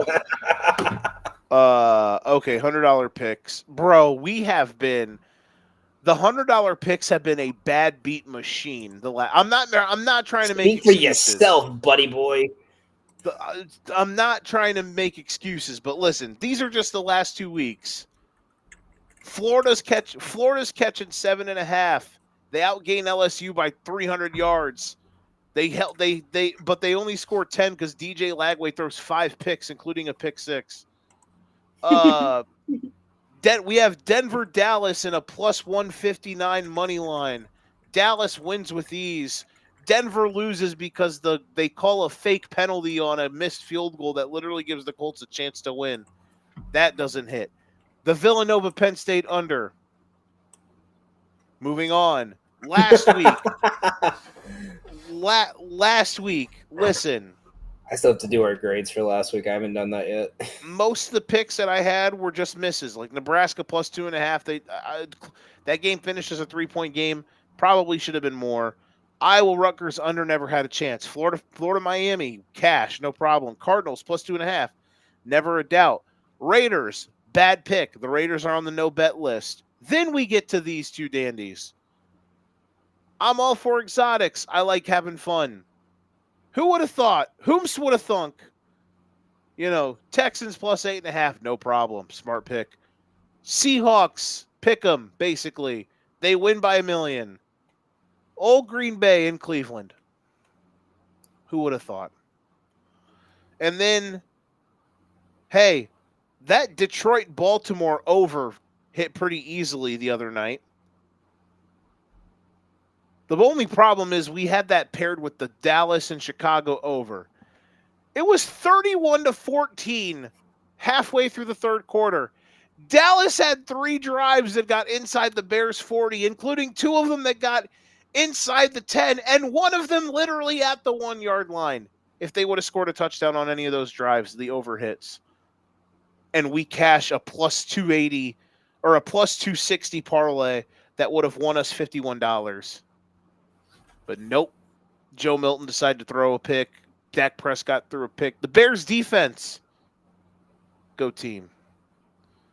But that's okay, Danny, because we flush it. Starting to claw back this week. We're not taking any crazy risks. But what we're doing is we're just going. You want to go pick for pick this week? Yeah, we can do that. We're gonna do strong picks. We got strong picks on the brain. Sorry. What we're doing is resting on our laurels this week. We're going with what our heart desires. We're going with what our brain desires, what our eyes tell us as we look forward. And with I would just like to flex that I was 2-4 on 1 hour of sleep and 0 prep time. Like 2-4 is shit, but I just want to flex that happened. Carry on. Listen, I'm proud of you. We're here to cheer for our wins. I do need you to tell me what I would win off of this pick, though, and the odds on it. It's the only one I don't have. All right. And it's what we're starting with. It's old reliable.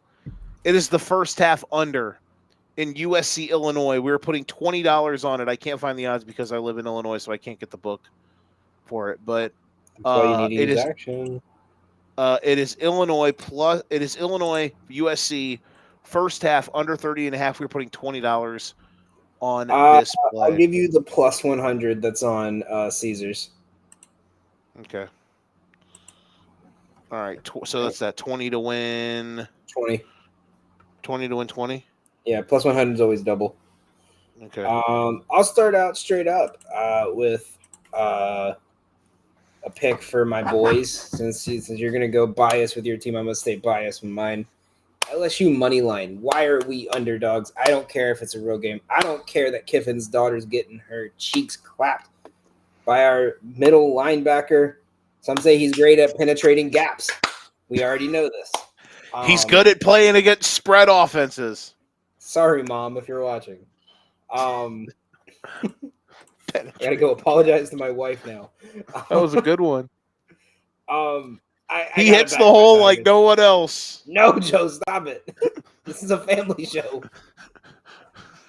I'm going with my Tigers. There's nothing more than a number 4 team on the road, underdog. Give me the Tigers.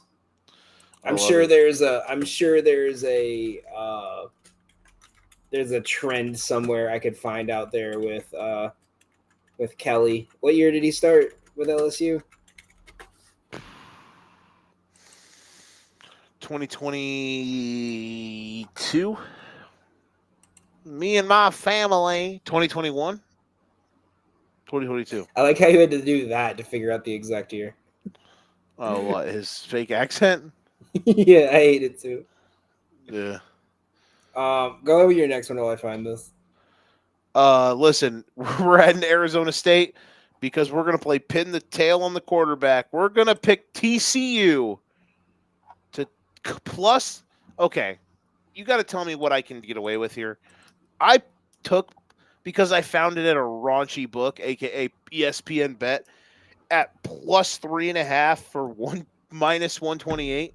What game was it? Sorry. TCU Arizona State. TCU's plus 3.5. I'm taking TCU. They have the better. They might have. Might be a wrong team favorite situation. I don't care that the game is in Tempe. I love Arizona State. Love Sam Levitt, but Josh Hoover's balling right now, and TCU seems like they're on a mission. TCU is an absolute dark horse in the Big 12, but I have plus 3.5. It's a minus 28, 128. If you think I shouldn't be allowed to take that type of juice, that's what 3.5 said. I'll take it. I will take 2.5. Okay, I got $10 on that one. Next, what do you got? I'm gonna go with. Let me find this exact line I want, because I have this team as a spread, but I don't know if I'm going to take the spread or not. I might just take their money line, and I might need you to find the odds for me on this. Okay. Because I have too many bets in my book right now, and it's not going to show me the odds for a parlay. But we're going to go Colorado State money line, Southern Miss money line. Okay. You boy. It's double A. Who are they playing? Southern Miss has Jacksonville State. Colorado State plays Wazoo.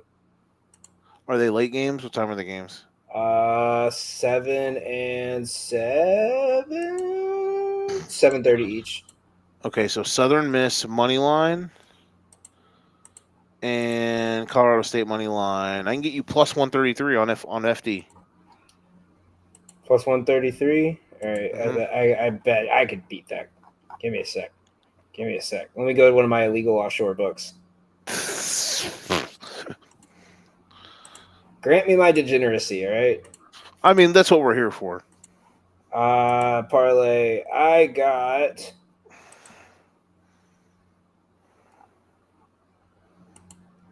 Man, why is it not showing a book? I'm putting $10 on that. Let me find an odd that beats yours. Go ahead with yours. What did I say the gimmick of this week is? Trusting what your eyes have seen in your life. Beans, Believing rice, Jesus Christ. Exactly. Pray to the Lord himself. Oregon plus 3.5 against Penn State. Penn State, prove it to me. Prove to me that you can win a game like this. Also, even if they do win a game like this, do you know what type of scores get this? I do need you to find me the odds on this because I'm a dumbass and didn't write it down. I promise every other one I wrote down though for you. Bitch. I know I'm a piece of shit. Yeah, you are. But do you know what types of, even if Penn State wins, Danny, do you know what types of scores get me home? Penn First State half 31. unders. Penn State 31, Oregon 28. Penn State 20, Oregon 17. Penn State 40, Oregon 37. They all get me home. So we don't need Oregon to win, though I think Oregon is going to win outright on the field. But we just need them to cover the 3.5. Give me Oregon. We're putting $20 on it. Holler if you hear me. All right. What do we got? Oregon money line. 152 is best odds right now. No, I got them plus the points. I'm taking plus the points. Okay, minus 108 plus 3.5. Okay, yep. That's it. We're taking the points 3.5. So right, that's all right. So and then I've got one more college play. Yeah, I'm doing mine live on air right now, so that's the fun part. I know you're such a terrible. I'm such a piece of shit. You piece of shit. I'm gonna wake up Lydia, let her know I'm a piece of shit. She's gonna say, Lydia, okay. He's a piece of shit, and she'll just roll over and be like, Side note, he's a piece of shit. Every night I come home from work, she'll like slap me and be like, as soon as I get into bed, she's like, oh, okay, and just goes right back to sleep. That's true love.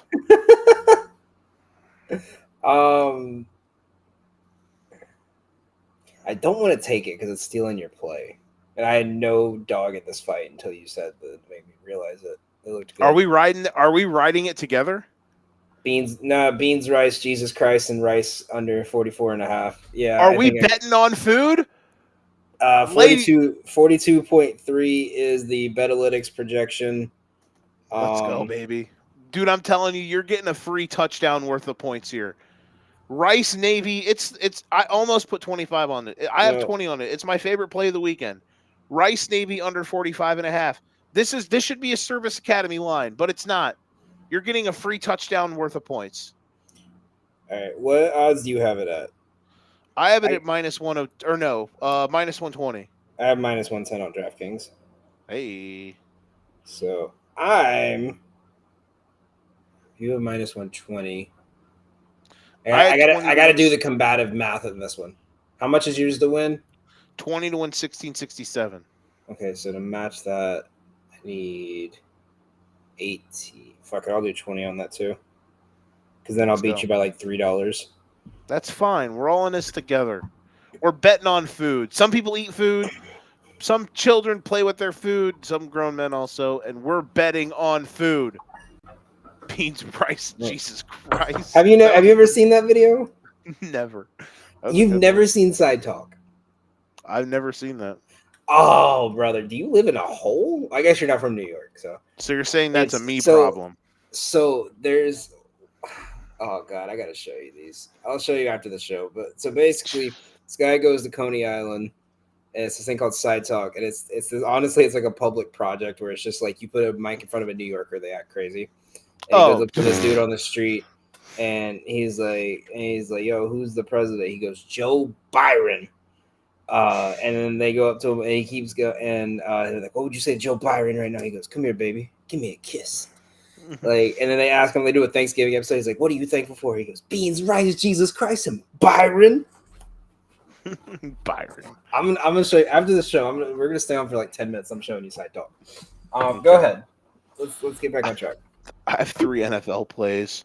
What's the theme of the week? Rice. Trust your eyes, huh? Rice. Bet on the theme of the week. Bet on food.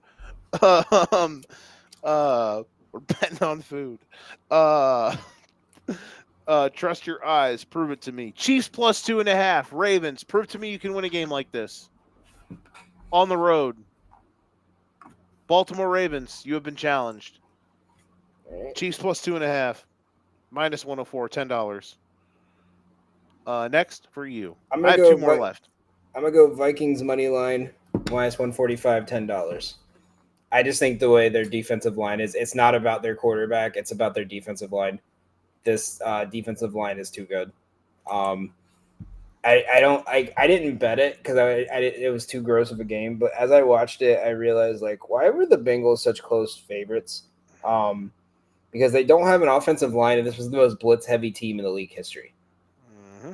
Like, and it showed. It looked like that scene in The Longest Yard when they wanted to get back at him, and they just let the defense go through. Like it was. And there's Rodgers has been bad against the blitz this year. Yeah. All right, I got one more straight up play, and then I got a money line parlay. So I'll do the straight up play. It's not a 5-leg parlay again. It's not a tease. It's just a 2-team money liner. Okay, stop bitching. You don't have to make the graphics with your $2.75 5-leg parlays. That's not the case. I usually have good money on those. I tried to find one this week, but I couldn't find a good teaser. I couldn't. I stared at Bastard. I stared at the NFL games all day today, just trying to find like something to throw. I tried to find like a 3-team money liner. I finally found this last one. I do not love the spreads this week in the NFL. Last one, I hate that do you know what you got to do sometimes when you make a pick? You got to put the goggles on. You got to hold your nose. Sometimes you got to hold your nose because you're driving in traffic, and sometimes your windows don't work, and you're driving behind a garbage truck, and that garbage is Cowboys plus 6.5. Hold your nose. The moral victory kings are coming to collect $10 on the Cowboys plus 6.5 at home against Green Bay. I don't know why. I understand everyone and their dad's going to say, take Packers alt lines to the moon. The Packers are going to win this game, and it's going to be like 28-24. Parsons is going to make a couple plays, probably one that seals the deal. And that's how the game. And that's how we get this home. Is that ugly, or do you like that?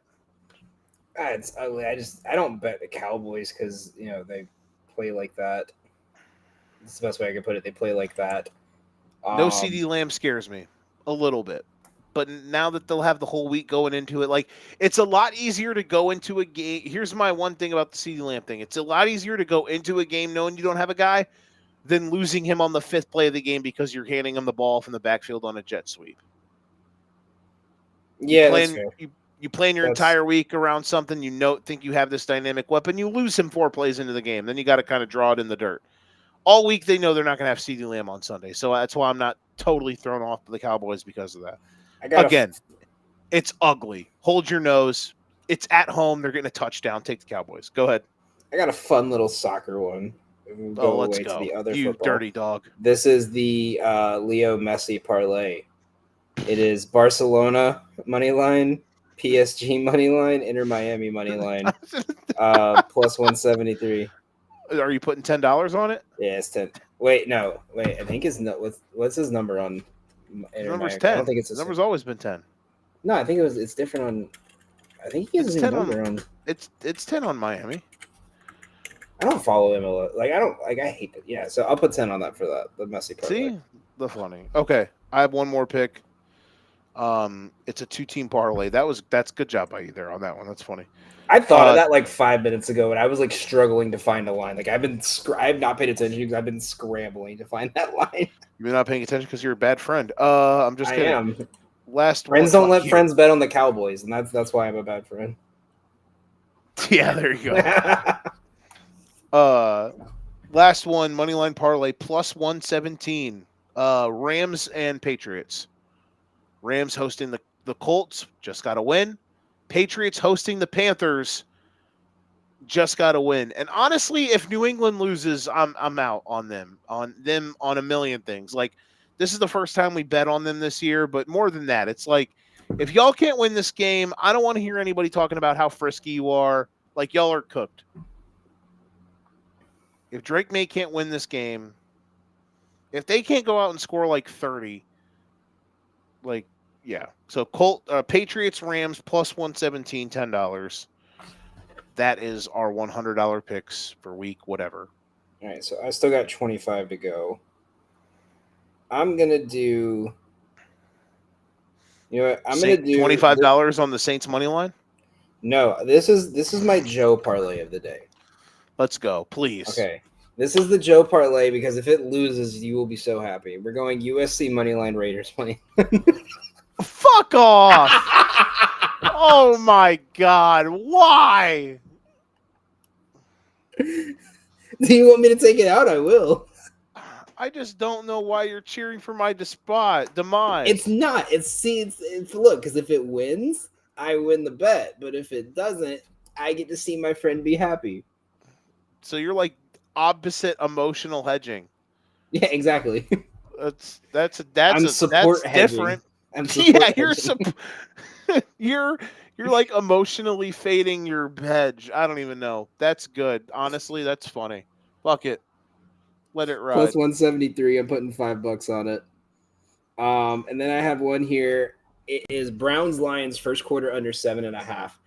I think we could see, like I said, Dan Campbell is the greatest second quarter quarterback of all or coach of all time.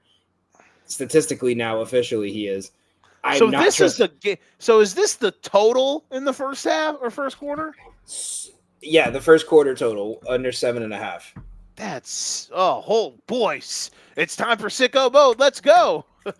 That is sick. So last year, please tell me you're putting 20 on that. No, I put 10. I put 15. Okay, so you still got 5 left. I got 20 left. Oh, 20 left. Okay. So I found this weird stat last year. I don't know where I found it at. I can't find it anymore. But last year, they outscored their opponents in the second quarter 287 to 30. So I'm not trusting a second quarter in this. But I think regardless of how big they won, that's a big win, especially when they kind of had already they looked like they were good about to gain the reputation of we can't beat good teams, but we could beat bad teams. So coming in, and especially the last time you played Baltimore, you got curb stomped, beating them on their home field on prime time. Now you got a game where this could look like a letdown, right? Who's been the best under team in the NFL, or the best defensive team in the NFL in the first half? Cleveland. They just held the Packers to 10. So I think teams are kind of treating them as like, if we pull off a big upset to start, cool. If not, we got to kick it into high gear in the second half. I think we could see a first quarter hangover here. I think they could score a touchdown. I don't think Cleveland scores a touchdown, but I'm going to take a risk on Detroit not scoring twice in the first quarter of the game. A first drive Lions touchdown, followed by a 3-and-out from the Browns. A punt from the Browns, followed by a 90-yard drive that doesn't score in the first quarter, but does in the second quarter. Crack. Absolute heroin. See you at the counter. Absolute heroin. All right, finish us off. So I'm putting this together now as we speak. Because I do like this, but the lines are really juiced after their last game. God damn, yeah, fuck that. I have to consult with my sources, my secret sources that I'll give you later. I'm not going to say them on air. So the game I'm looking at right now in question is Man City Burnley. Because my team is not playing this Saturday. So fun little fact, because I didn't get to shout my plus money banger out last week. Man City Arsenal. Arsenal has went under 2.5 goals in 9 of their 11 games against teams from Manchester or London, as well as any team that is a top 6 team in the league at any current moment. They have went under. Any team competing in Europe, they have went under at 75% rate over the last 2 years. Take the under on Arsenal. They don't like playing soccer. They like to kick the ball around and play defense. And I'm saying that as an Arsenal fan.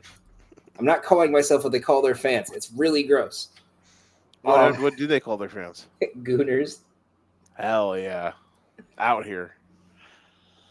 You know what? Fucking We're right. going to get... Should I go spicy with my last pick?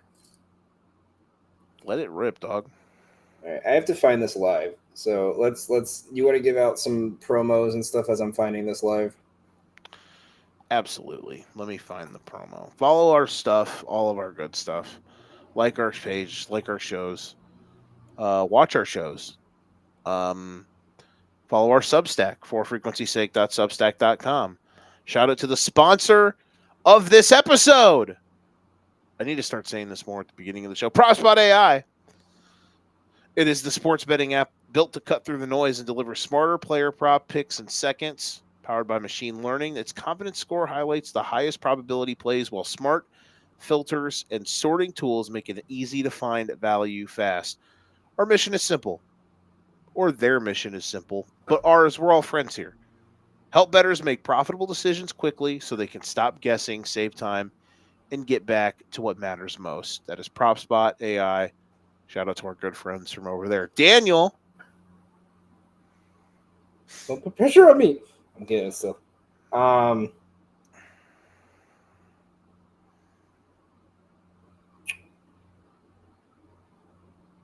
right, so Next week he'll have the picks ready. All right, fuck it. We are gonna go with Man City. Correct score combination. Man City to win. Ooh, you know what? Fuck it. I'll go ballsy. Man City to win 2-1, 3-1, or 4-1. Or wait, actually, no, I lied. Betalytics does not support that play. Man City to win 1-0, 2-0, or 3-0. It is plus 160 on FanDuel right now. $20 wins me 32. Let's go. 1-0 win to the counter. We did good. Some would say we did great. Some would say we went too long. It's fine. I'm okay with us going long when the other show gets over at 10. When the other one gets over at 11, then this show starts at midnight, and then we're done at 3 a.m. And I want to kill myself. But now, listen, we're gonna stop this recording. All I got to do is hit 3 buttons. It's gonna go up. You ain't got to edit it. All you got to do is the graphics. Look how far we've come. Technology. There we go. I'm proud of us. I know, me too. All right, we'll be live Sunday for fantasy sake. Sunday morning, Sunday night. Educated. I think there's a chance we're not live Sunday night for the Educated Ignorance show. More on that later. Might be Monday night. Nick's going to the Kansas race on Sunday. I don't know when he'll be back. Does Nick not know you have a show on Sunday? He knows. It's fine. So we went Monday week 1. So maybe there's a world where I come on Sunday night by myself, and then Monday night me and him do guess the lines. Yeah, you get that off. Huh? You come on yourself often? Yeah. I'm gonna all the time. How did you know? You just said it. I know. Whatever. Time for bed. All right, we'll see you guys next week. This has been the Weekend Warmup on the Educated Ignorance Podcast. If you ain't got your game, you best pass the sticks. For the degenerate himself, I'm Joe the Show. We'll see you guys on Sunday. Toodles.